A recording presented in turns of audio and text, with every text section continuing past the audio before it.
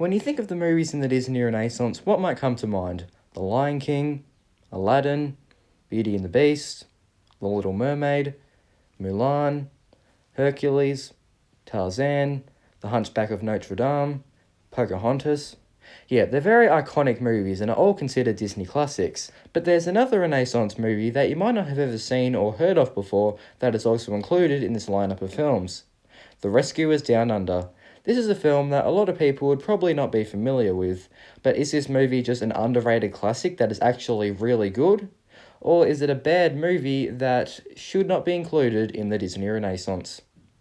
Now, in case you are unfamiliar with the Disney Renaissance, it's basically 10 movies that were produced by Disney from 1989 to 1999, and they are movies that basically saved the company. Now, The Rescuers Down Under was the second movie in the Disney Renaissance, and it's not an original film like the others. It's a sequel to a movie, The Rescuers, which came out in 1977, and this movie came out during the Disney Dark Age. So it being a Disney sequel might be why this film is so forgotten about. The film had a budget of $37.93 million and made $47.4 million at the box office, which is easily the lowest earnings out of all the other Disney Renaissance films. To put that into perspective, the second lowest, Hercules, made $252 million, and The Lion King, which made the highest earnings at the box office, made $868 million. So yeah, it didn't do great, and certainly didn't do many favours for Disney. Now, like a lot of other people, I've never seen this movie. I only saw it for the first time a few days ago in preparation for this video, and here's a rundown of the story. Now, the film takes place in Australia and follows the life of an Aussie boy named Cody with an American accent. I've got some sandwiches in my pack. No worries, Mom. Who can speak to and is friends with animals in the outback. And how can he speak to animals? Yeah, well, that's never explained, so don't even question it. So basically, the animals tell him that a rare golden eagle is trapped at the top of a mountain, and with no care in the world, he just climbs up the mountain and rescues the eagle, and the eagle gets back to her eggs. When Cody is back in the bush, he comes face to face with the villain of the film, Percival C. McLeish, who you can just tell is obviously the bad guy. There really is no mistaking that. And he questions Cody about the rare eagle because he wants to steal it and become rich. Definitely not an original plan, but it's easy enough to follow. Anyway, Cody won't tell him anything, so he decides to just kidnap him. But close by, a mouse sees what's going on and somehow sends a signal to Hawaii, and then the mice there somehow send a signal to New York to inform the mice that the boy has been kidnapped. It's a bit confusing, but never mind. That's where we meet the rescuers, the main characters of the film, Miss Bianca and Bernard. Although I'll have to argue that they aren't even the main characters because they aren't even introduced till about 18 minutes into the movie.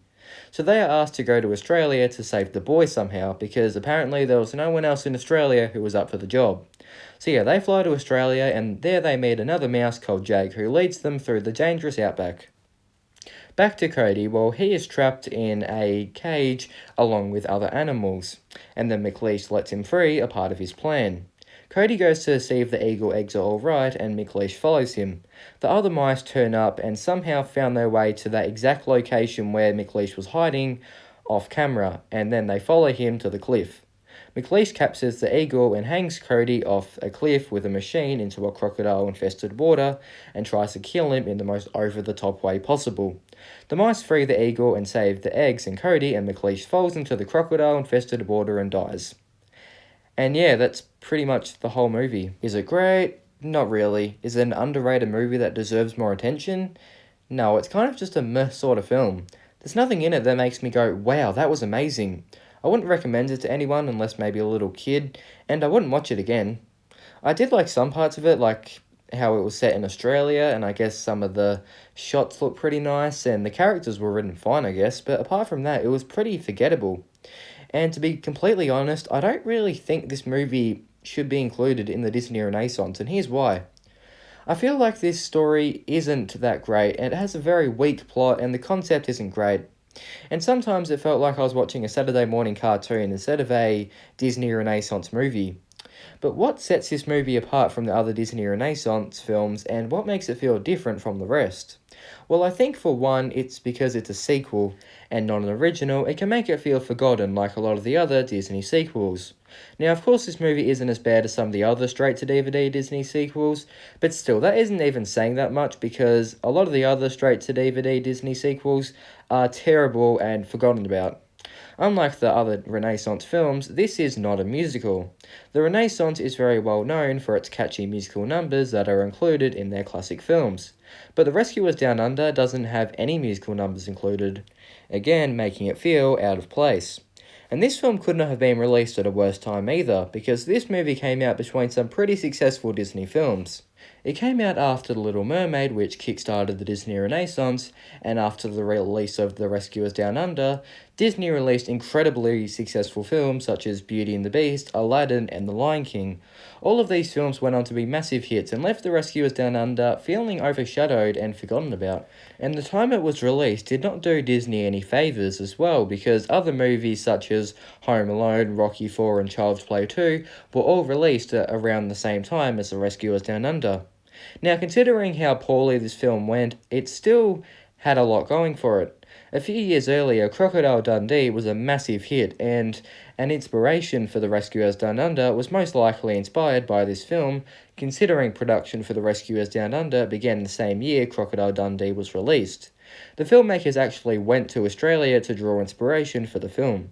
The film was also very experimental with digital animation, and you can tell with a lot of the shots in the film are done by combining hand-drawn animation, which Disney are famous for, and new visual effects. And you can tell that they were experimenting because a lot of the shots are not great and a bit outdated, but a few are actually quite well done. But it did lead the way for them to use this technique in other Disney films in the future. So why was this film included in the Disney Renaissance to begin with? Well, The Little Mermaid basically kick-started the Renaissance, and they felt like they had to include The Rescuers Down Under in there because it was kind of stuck in the middle. So they probably felt like they had to include it with the other films. However, I don't think Disney were that fussed about this movie after its release because after it not doing great at the box office, they had many upcoming movies, so they were less happy to leave this movie behind. And then around this time, Disney started to release heaps of straight-to-DVD movies, and The Rescuers Down Under kind of got lost between the straight-to-DVD Disney sequels and the Renaissance. However, there was actually supposed to be a sequel to The Rescuers Down Under, but it was scrapped.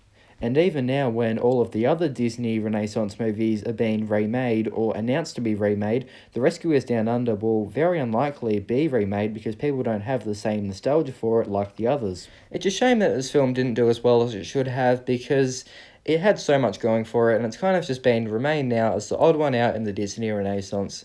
But make sure to comment down below because you might have loved this film, you might have hated this film, you might have never seen this film. So make sure to leave your comments down below because this is just my opinion about the film. But thank you so much for watching this video. Make sure to subscribe to the channel and give this video a big thumbs up, and I'll see you next Friday.